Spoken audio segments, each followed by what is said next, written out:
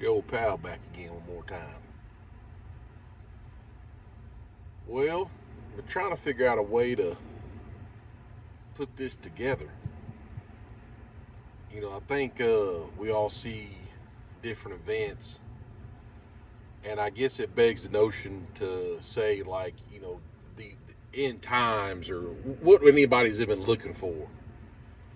Um, is it for the whole world or is it for the United States?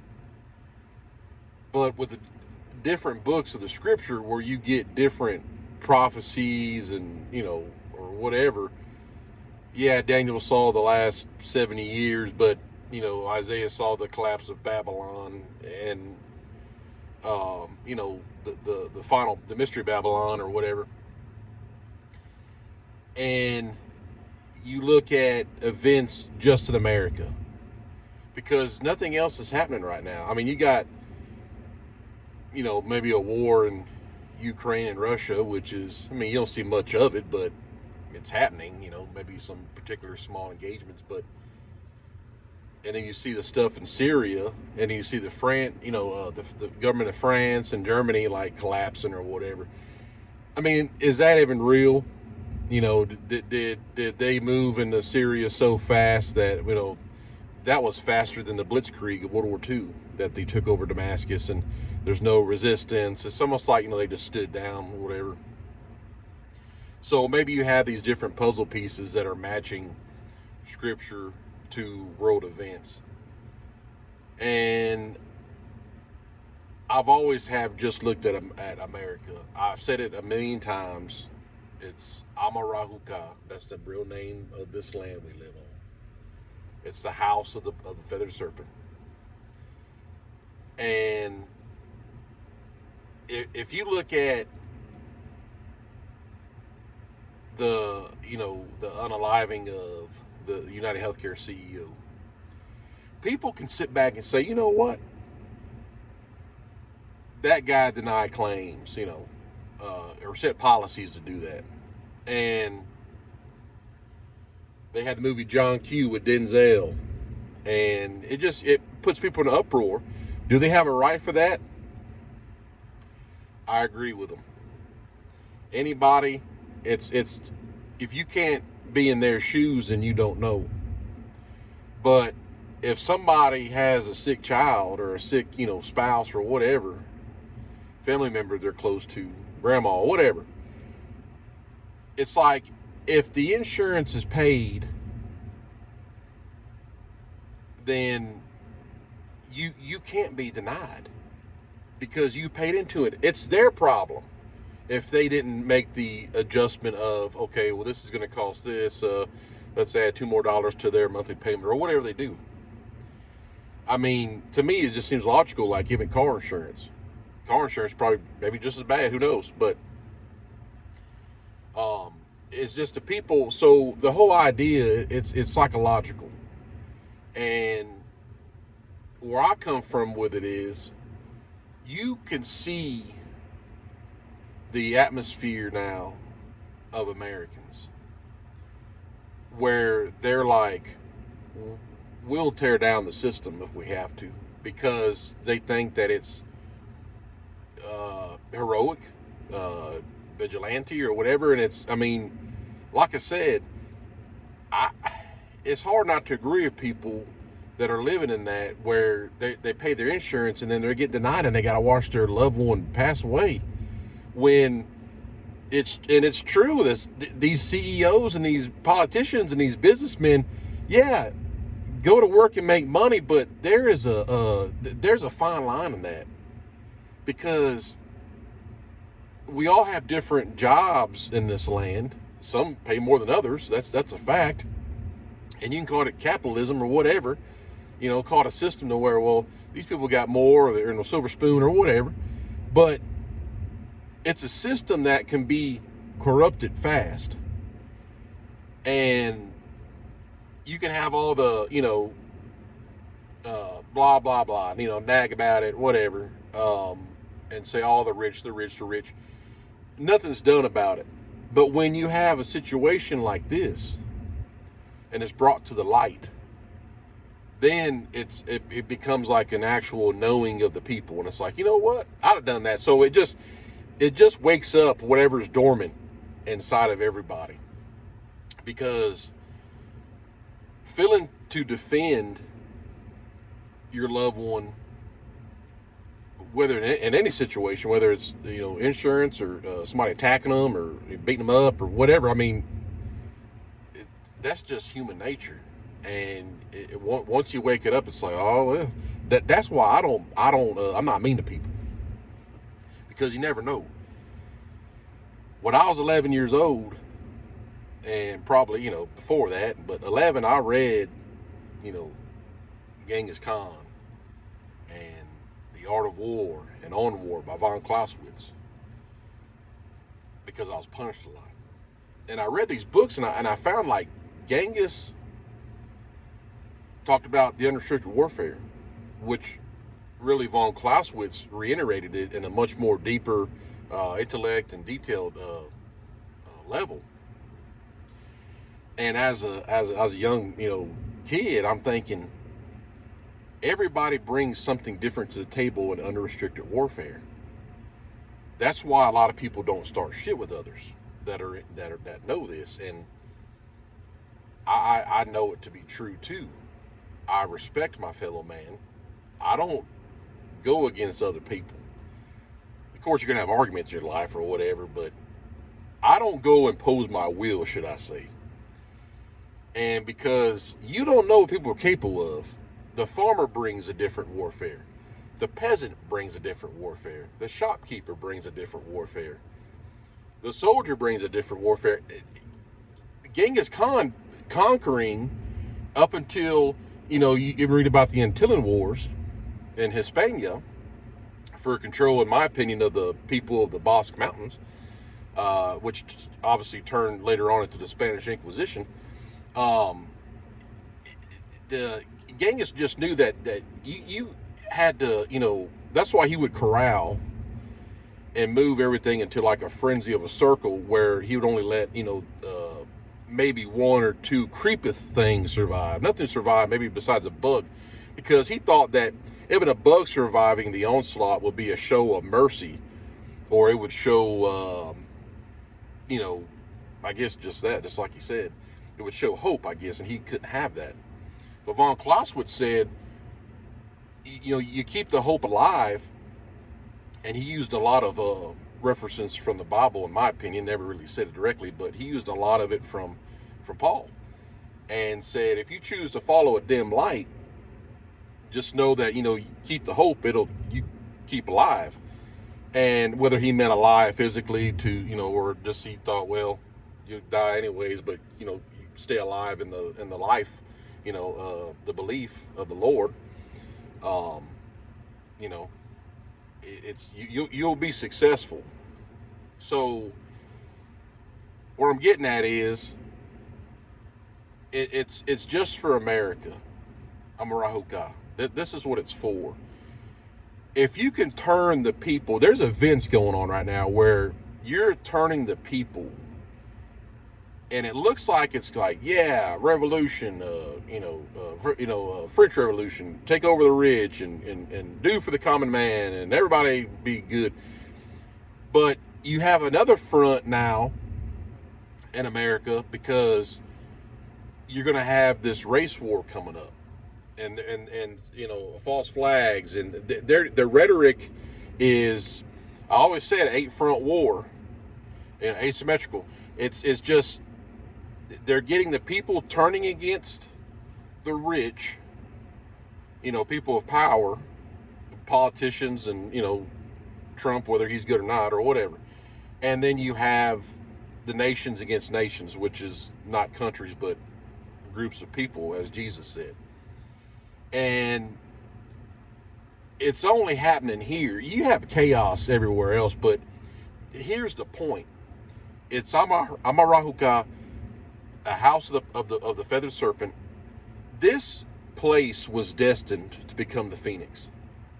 It was destined to be the return of the golden age and rise up with men from the heavens, the Ubermesh, what the Nazis did. Okay? And this is the year. Everything is crazy now. But if you look at the Jubilee, the Essenes of the Dead Sea Scrolls predicted a lot of stuff, and they predicted that the last Jubilee in the end of the age of the church age of man is 2025, and that's the last Jubilee. And you got the Vatican opening up the Holy Door, which to me, because they're calling it a portal, Porta Sancta or whatever it is. Maybe, I don't know if it's Greek or Latin, but a door's a portal. I mean, Stargate. It's all. There's no kind of other words for it besides that. So they're opening up this portal, and whether Trump's good or not, I don't know. Who even says that Kamala was bad? It's like, are they like WWF? Do they go like commingle in the back and come out and fight each other and trick the audience like they're tricking us? Who knows what they do? But if you look at it, the Antichrist, when he's introduced, there's going to be a falling away before he's revealed, and he's not going to be bad. He's going to be an instead of. And you can take it anywhere you want it and call it reaching or whatever, but it's like they give you a good and a bad scenario, like in wrestling. But do they give you an alternative? Do they give you an instead of? And the instead of is what they set forth to bring together the good and the bad. And I've always said the alien deception is what brings the good and the bad together. It's the instead of. And you look at, like, in 2015, the Atlantic Council, and there's a report called Global Governance of 2025, written like 15 or 10 to 15 years ago. And they said in 2025 that there's going to be a threat to make all the nations come together and, have to subdue this threat. And this is real stuff. And you have Trump talking about the golden age. Now, this is one of my major points here. Said it a million times. The Great Seal on a dollar bill. On top of the pyramid, that is a prophecy of the Cumaean symbol. And I have a country accent, so it sounds like Sybil. Sybil. She was an oracle. She says, it means, Jupiter show us the favorings, but it's from old Saturn's reign comes the heroes from heaven. Jupiter is Apollo, the spirit that enters into the flesh. If you look at Masonic things and all that, and Osiris, and I can get into that and into something else, but for right now, the dollar bill. So old Saturn's reign is where, and her prophecy says that in that time, in the return of Jupiter, Saturn, same thing. Basically, it's a spirit in the flesh, right? Because everything's opposite of Jesus and God. God's a spirit, or he's wherever he wants to be, but he enters the flesh and becomes Jesus, becomes man. So the Luciferians have the same thing, where Apollo enters the body of the Antichrist. Spirit enters the flesh. He becomes flesh. Lucifer does. That is also something that I believe is going to happen in the Capitol Hill building. So anyhow, back to the dollar bill. So the return of Saturn, and it says the return of the heroes of heaven that come down, and that's Genesis 6.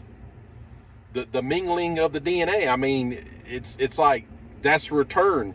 Jesus says, as it was in days of Noah, so will be this coming of the Son of Man. So DNA manipulation, Genesis 6 kind of crap going on. And it's here now. And that was called the golden age of man. For 1,260 years before the flood, the 200 fallen were having sex with women and men and bugs and animals and everything. That was the golden age.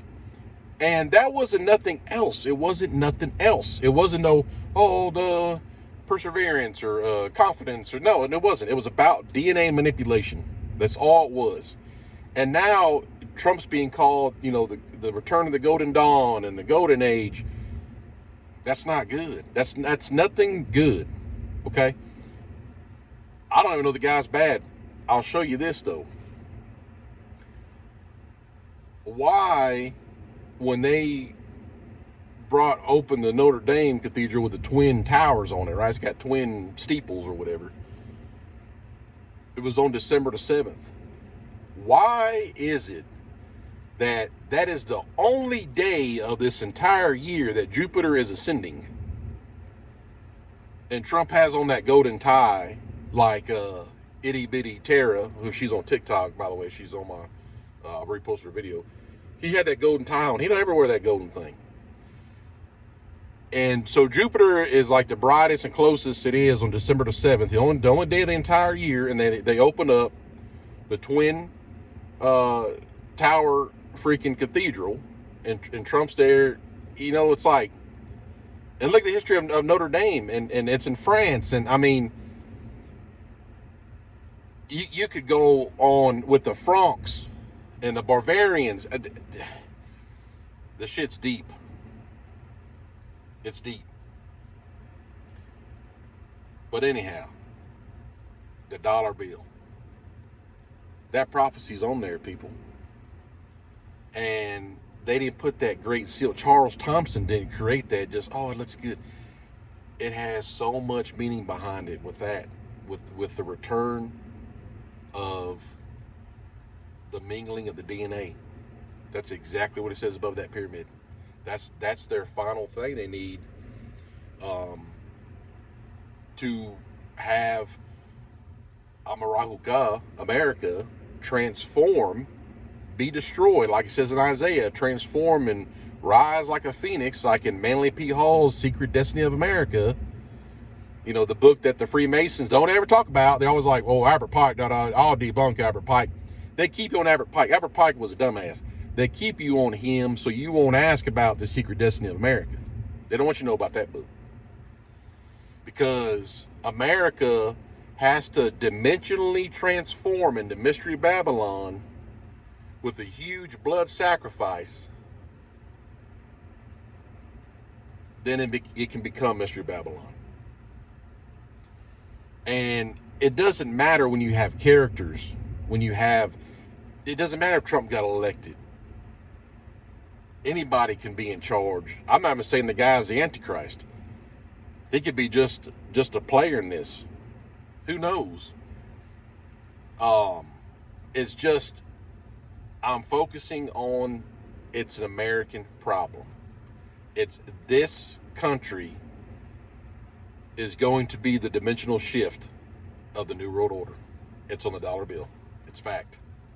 It's 2025. You got NASA said on April 13th, 2029, Apophis, or whatever that meteorite is, it's ALPHOIS or whatever, is going to hit. They changed the date, but their original date was April 13th, 2029. So when you look at the 7 years of tribulation and go back from, if that meteorite's wormwood, you go back at 3.5 years, that's the end of the Feast of Trumpets. 3.5 years is October 2025. Feast of Trumpets is over with. 3.5 years later, wormwood hits. 3.5 more, that's the end of tribulation. All I'm asking is, how does that add up like that? How does 2025 have the Feast of Trumpets and then like the Tabernacle and the Pentecost? It's like all like 120 days or whatever.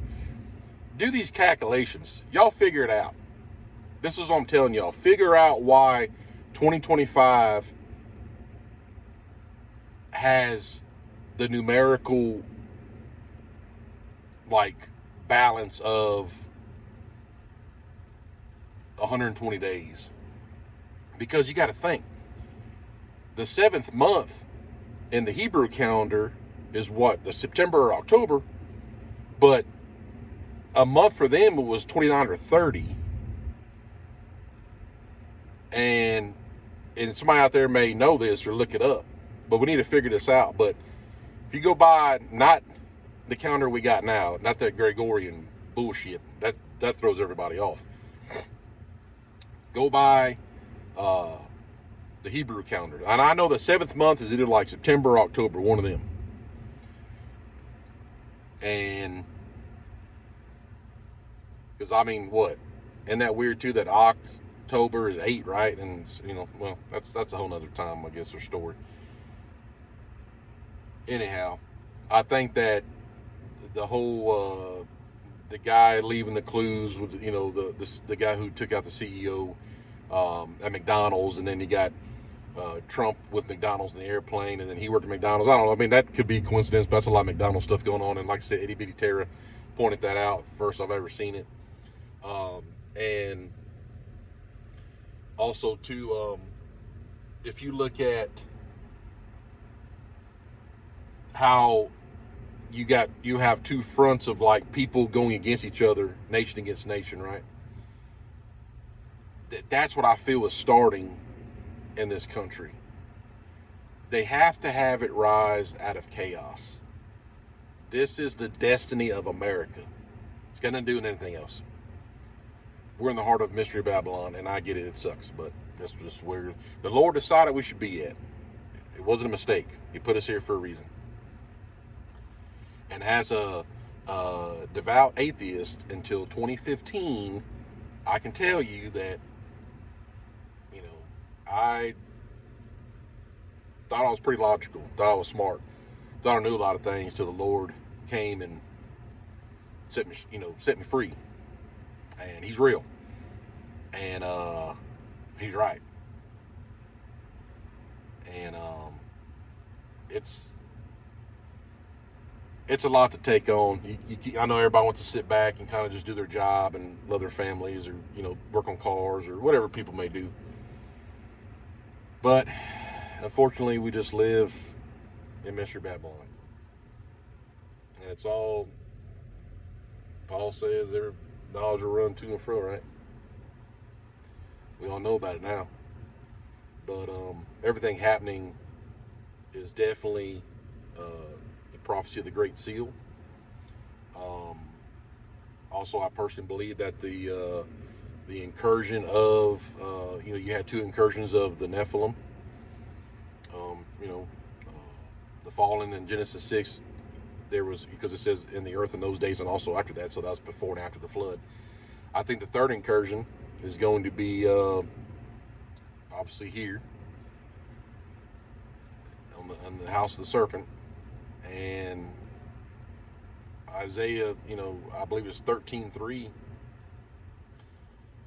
says, "Open the gates, ye rulers, giants, come to fulfill my wrath." That's the fall of Babylon. That's only found in the Septuagint. It doesn't say that anywhere else. It says Septuagint. It says, "Giants come to fulfill my wrath." That's not y'all can go cry to Dan McKellen if you want to, but